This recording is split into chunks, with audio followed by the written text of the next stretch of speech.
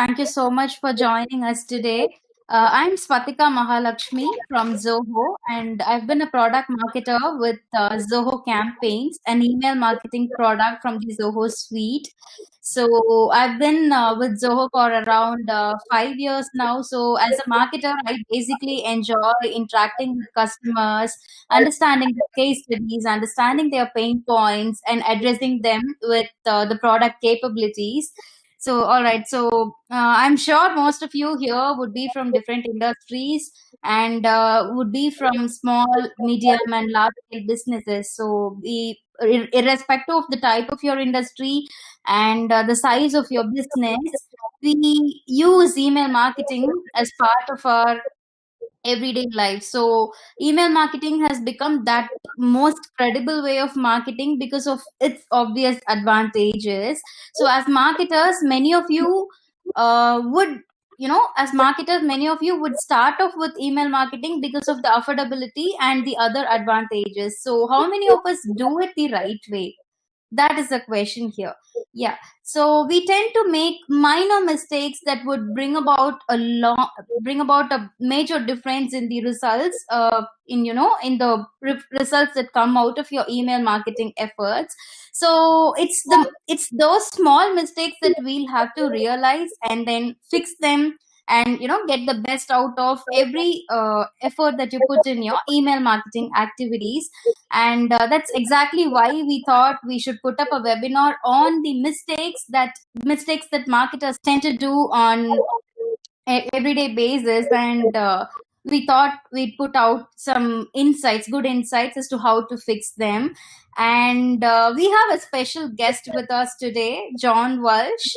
Yeah, so I would like to talk a few words about John Walsh before we get into the webinar. Yeah, so hello, John. Hello. Yeah, good morning. Very good morning to you. Yeah, so John is an email marketing manager in Billy Graham Evangelistic Association. That's a non-profit organization. So to tell about John, he has been in the tech industry for around 10 years now. Yeah, so from digital marketing to social media marketing to SEO marketing to content marketing, email marketing, be it anything like revenue generation, lead generation, strategizing your email marketing. So John has touched upon almost all of the important terms that we have in the tech industry. So we thought, why not invite John to give us his insights about email marketing. Also, John is a LinkedIn expert. I personally like John's content because most of them are based out of his own experience, his own mistakes. So learning from the mistakes is something that I always loved as a marketer. So that's exactly why we thought, why not invite John Walsh and then learn insights from his experience. So over to you, John. All the best. Yeah. Thank you. Sure. Wonderful to be here, and thank you for that wonderful introduction. This presentation is put on by Zoho Campaigns and their social media platforms. Like I said, I love personally using LinkedIn, so happy to connect with people there. So as you said, so email. I love email. I love talking about email. Enjoy email, but I know we all make mistakes with email, and even myself from time to time. So I'd like to talk about some of the common mistakes we make, and definitely how to improve our performance and how to send successful emails, right? So the first thing that we need to do is evaluate our email campaigns. Right? We need to look at how our emails are performing. We need to ask ourselves some certain questions, such as, are our emails landing in spam? Are they even arriving? Are people engaging with our emails? Are they opening them? Are they clicking on them? The other question to ask yourself is, do you have frequent unsubscribes? Are people unsubscribing from your email? If they are, if you're doing any of these things, you may be making one or more of these mistakes. The nice thing is that these are all pretty easy email mistakes to fix. So I hope that you can take away a few things here from this presentation. The first mistake is that we don't prioritize our email sign up. So with the introduction, email is a great way to talk to people. It's a great way to communicate. It's a great way to tell people what's going on. It's a great way to sell. It's a great way to promote. But if we're not prioritizing that email sign up we aren't going to collect addresses, and if we can't collect addresses, we're not going to be able to communicate with people. So I would really recommend that you prioritize email sign up right from the beginning. What you might see if you get onto a website, or maybe your own website, is that there's an email form probably on the bottom of your website. About 87% of websites, their email sign up form is on the bottom. And I don't know about you, but I don't travel to the bottom of websites very often. So if that's where you're asking people to sign up for emails, you may not be getting a lot of people to sign up. So how do you avoid this? So first of all, find creative ways to collect email addresses. With social, or search on, send on social media, do signups on social media, do signups on online, do lead gen, offer, do incentives, but find creative ways for yourself and your business and your organization to collect email addresses. As I said, most of your sign-up forms are at the bottom, so why not try it at different places? It doesn't have to go on the bottom of the website. You can place it at the very top where people are more apt to see it. If the top doesn't work, you could try placing a form on the side of your website. There's the infamous pop-ups, which there's a lot of talk about whether or not you should use a pop-ups. They are very effective. Whether you like them or not, people sign up from them.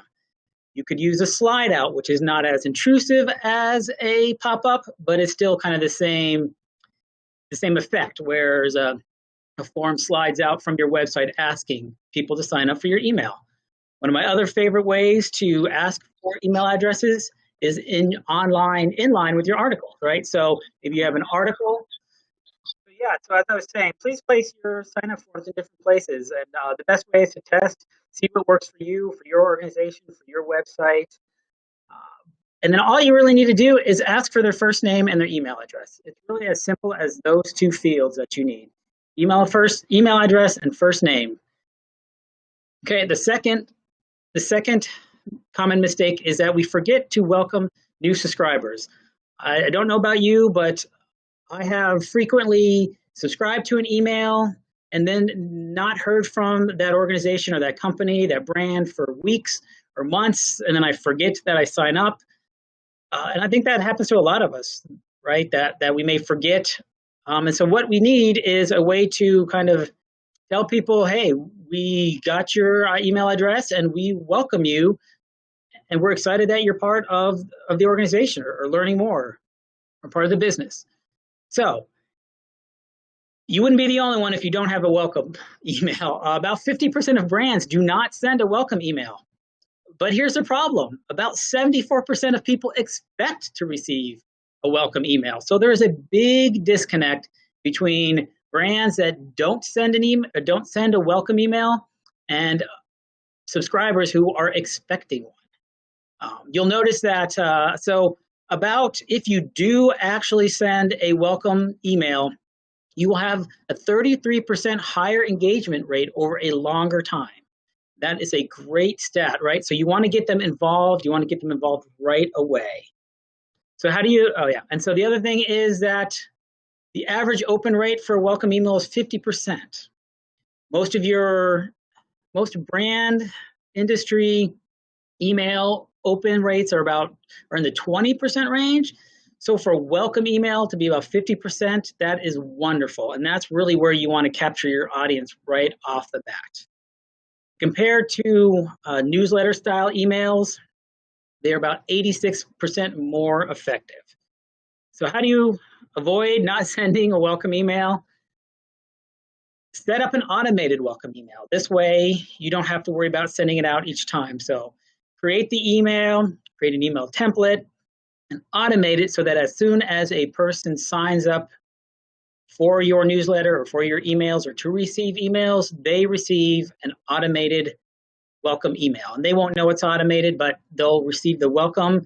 You can also try sending a series of welcome emails, maybe over 3 days or 5 days, whatever works best for you and your organization. But consider sending that welcome email. All you really need to do in that welcome email is obviously welcome them, thank them for signing up. You may or may not want to ask your subscribers to add your address, your email address to their contacts. That way, future emails don't end up in their spam folder. The other thing I don't think that a lot of welcome emails do is include a link. And I think you should. I think you should include a link in your welcome email. You can include a link to anywhere. You can include it back to your homepage. You can include it to an article that's very well received. You can include it to a podcast. You can include it to products. You can include it to a service that you provide. But I would encourage you on your welcome email to include a link. This way, once they're done reading the email, they have somewhere else to go. As you may read on the next point, welcome messages generate an average of 320% more revenue. So if you're not including that link in that welcome email, you're missing out on some big opportunities and great ways to connect with people. So include that link. And just my recommendation overall is to send that first email within about the first 24 hours. This way, people don't forget that they signed up for that email. We're all very busy.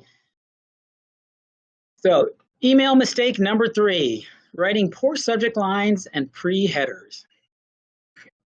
We all know the importance of a good subject line, right? A good subject line encourages you to open that email. Based on some research, about 33% of people open an email based on the subject line. That is one of the reasons why it's so important to have a good one. It is also important, not only does it affect the open rates, but a bad subject line can land your email in spam, which is where you do not want to be, because if it lands in spam, the open rate will be probably 0. So good subject lines. As I said, about 69% of email recipients report spam based on the subject line alone. So if you have a poor subject line, people may report it as spam right away. So how do you avoid this? The first way is don't use too many spam keywords. You can look online. There's lots of different articles out there about all the different keywords that trigger spam. Some of them are bargain, maybe discount, maybe congratulations.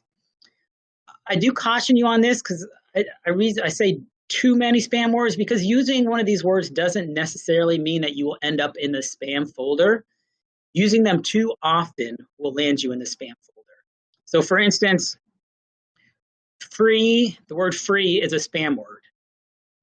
However, even in our organization, we use free every once in a while. If we are sending a free PDF or a free something for them for free, we may want to include that word free in the subject line. That doesn't mean you're going to end up in the spam folder. But if every email that you send says free or free bargain discount, your emails are more likely to end up in spam. So just be careful on that one and use caution. The other thing is don't use all caps.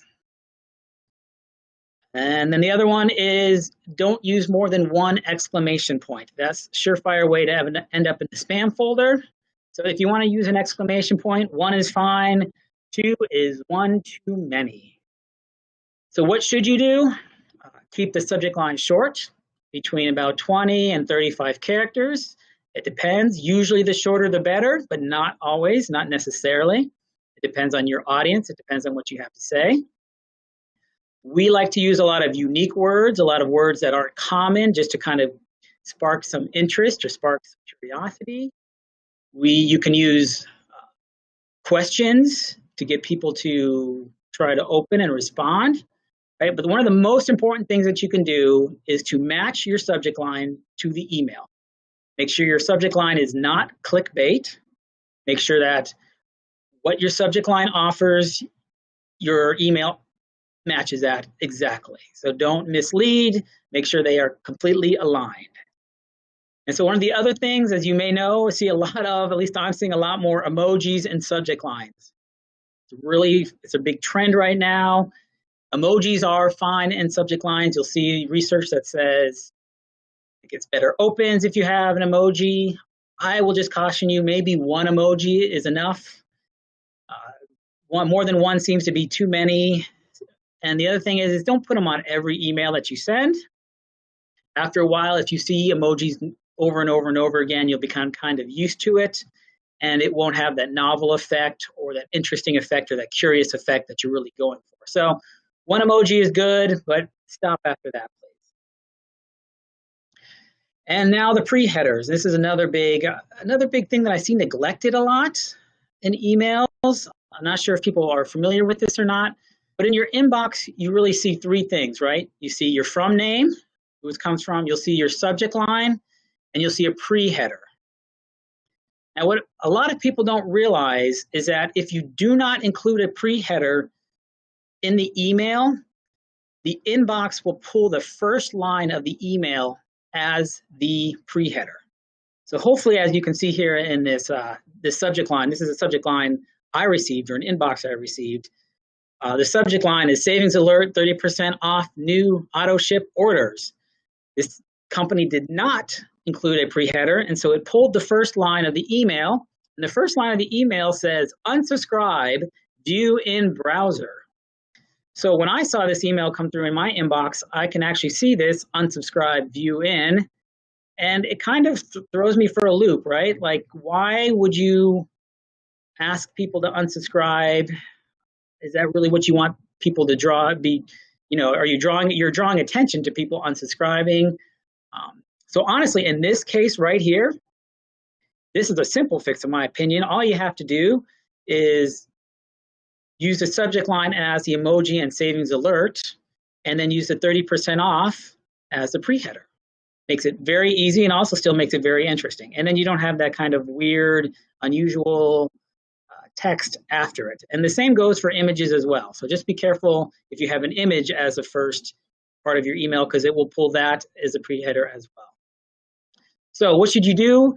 As I said, pre-headers help you stand out in the inbox. Combined, the subject line and pre-header will boost your open rates by 7%. Use that pre-header as an extension of the subject line. So just add a little bit more value to that inbox by including a pre-header. Mistake number 4 is frequency.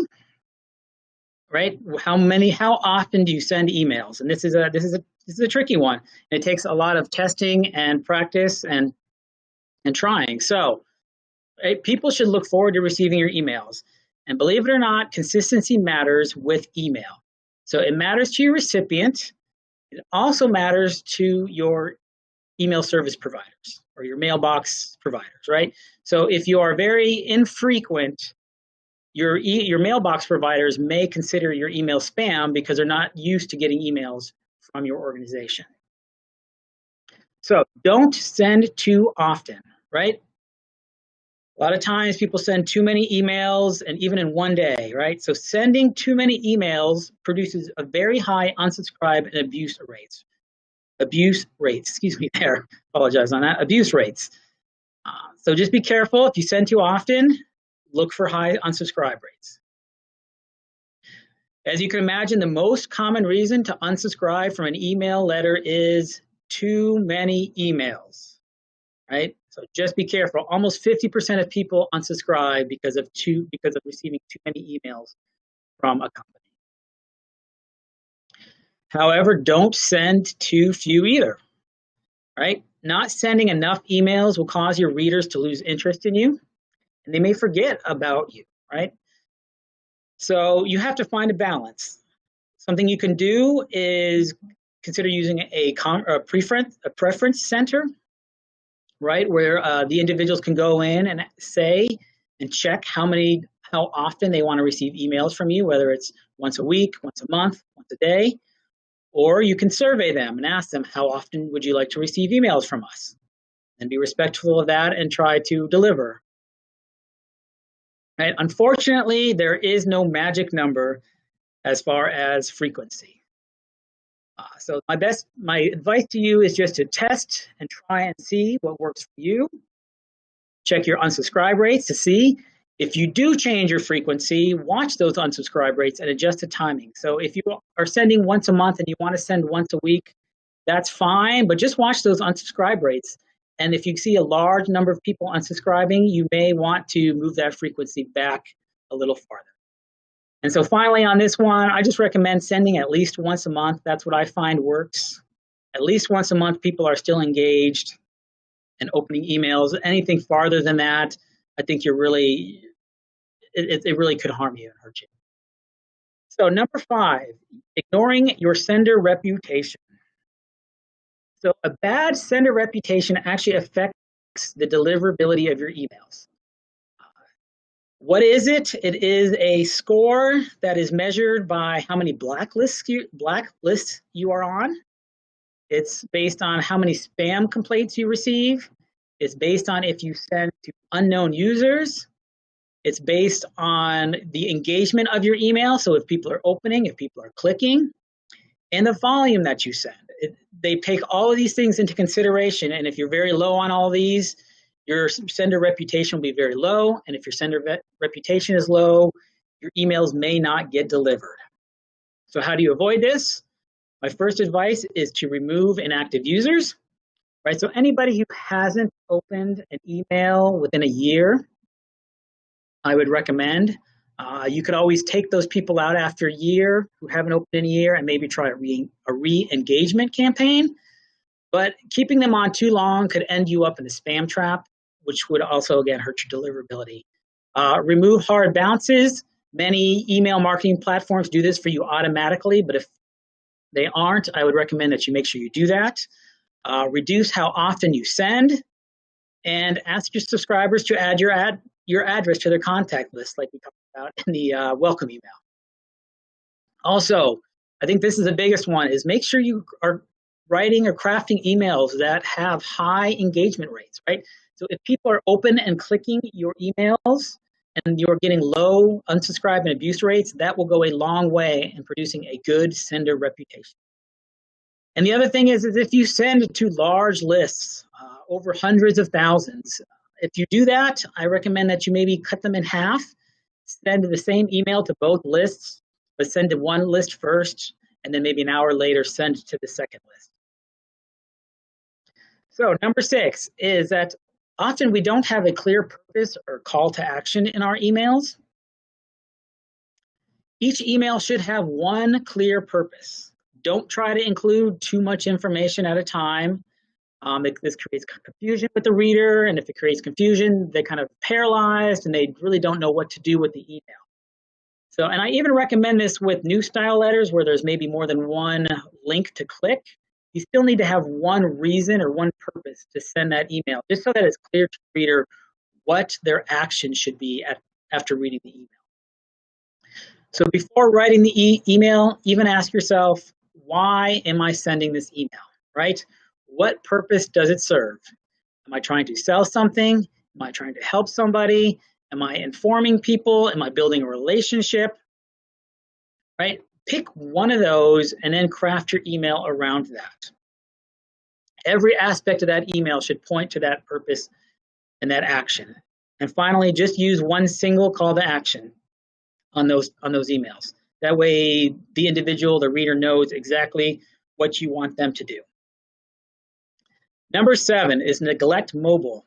Even in this day and age where it seems like so many people have mobile phones and smartphones, it's amazing how often I still receive emails that are not mobile friendly. But you may notice that about 54% of email is now opened on a mobile device. And about 52% of customers won't engage with your company because you have a bad mobile experience. So just be careful. Make sure your emails work on mobile. People even are checking their email on mobile first, and then they're reading it later on desktop. So you can look at this slide longer if you'd like. I'm going to move through this. So to avoid this, use mobile responsive templates. So if you're using images, if you're using emails that have more than one column, I recommend that you use a mobile responsive template. Use larger fonts. I recommend between 14 and 18. Where my organization that I work for, we have an older demographic, and so sometimes our font sizes get up to 20 to 22 point font, just because we know that the people who are reading it have a harder time seeing on mobile. And also the other big one I see is breaking up, make sure you break up long blocks of text, right? So kind of a rule of thumb that we use is about every 2 to 3 sentences, we add a line break and start a new paragraph. Just be careful how long the lines you have. And the best way to do this is to test your emails on mobile devices. There's email testing platforms out there that'll help you as well, but test on mobile just to see how your emails look. Okay. Number 8, a lot of people don't use personalization, and this is a big trend right now in email and online in general. So as you can imagine, the more personal the email, the better the performance, right? You'll have higher open rates, you'll have higher click rates, you'll have higher customer satisfaction, you'll have an increase in sales, you'll have a decrease in unsubscribes. I would recommend, one of the common ways to do personalization is to use people's first names. That's great. That's a great place to start. If that's all you have, use it, but then try to find ways to go beyond first name and try to personalize emails even more. This graph here, if you can see it, shows many of the different ways that you can personalize an email, including location, transaction history, demographics, web history. So there's lots of different ways that you can personalize an email. To avoid not using personalization, be upfront with them and ask them right away. Okay, maybe in a survey or maybe in a form, ask them for some information that you need from them, whether it's their title of their job or their business. Ask them that either in a form or in a survey, just so that you have it so you can email it to them. And then look for other ways to go beyond surveys or forms and look at the behavior on their website or on emails, right? So see what people are interested based on what they click on, based on what they read. And if they're clicking on the same types of emails, or they're interested in the same types of articles, or the same types of products, or the same types of service, that's a way that you can personalize an email and provide better emails to them. Okay. And the last one here is forgetting to segment.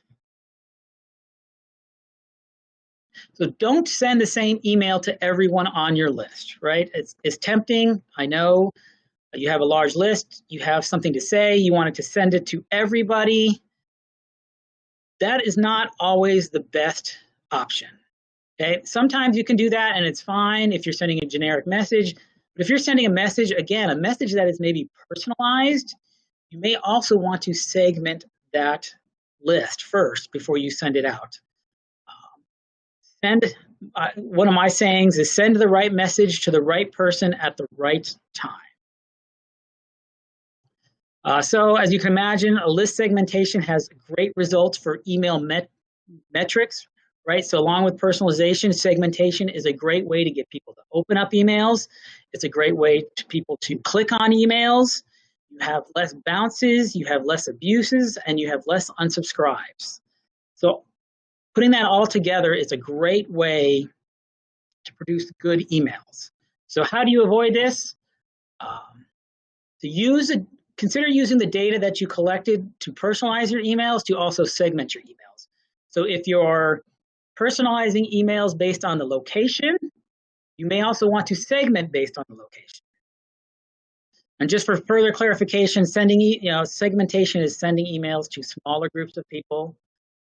So like I said, for instance, if you're in a certain area, you may just want to segment those people out and send only to people in that area instead of to people across a country or across the globe, right? The best results will get you if you use segmentation and personalization together, right? So you can personalize an email, include a first name, include location, but that doesn't necessarily mean you're segmenting. You can segment an email and send it to only a certain location, but that doesn't mean you're personalizing. The best bet to get a great result is to do both, to personalize that email and then to segment that list and send out the email. I think you'll see the best results with that. So to conclude, I know it was kind of quick, I hope hope this was helpful for you. These are the 9 mistakes. I think many of them are easy to fix. The biggest thing for you to do is to, one, know what they are, what you do now. They require you to put them into practice, to be mindful of them, to know of them, and to actually include them, and then to incorporate them every time before you send. Right? So you may need to plan out your emails like we talked about, like the why, some of the personalization. I would encourage you to create a checklist of things that you want to check before you send the email. Things like, is it mobile responsive? How does it look on mobile? Do I have one CTA? Is the purpose very clear? Create a checklist, ask yourself these things, and don't send it until you are satisfied that that checklist is finished. And then finally, my last advice is to test what works best for you and your audience, right? So what I share here is a lot of the experiences that I've had.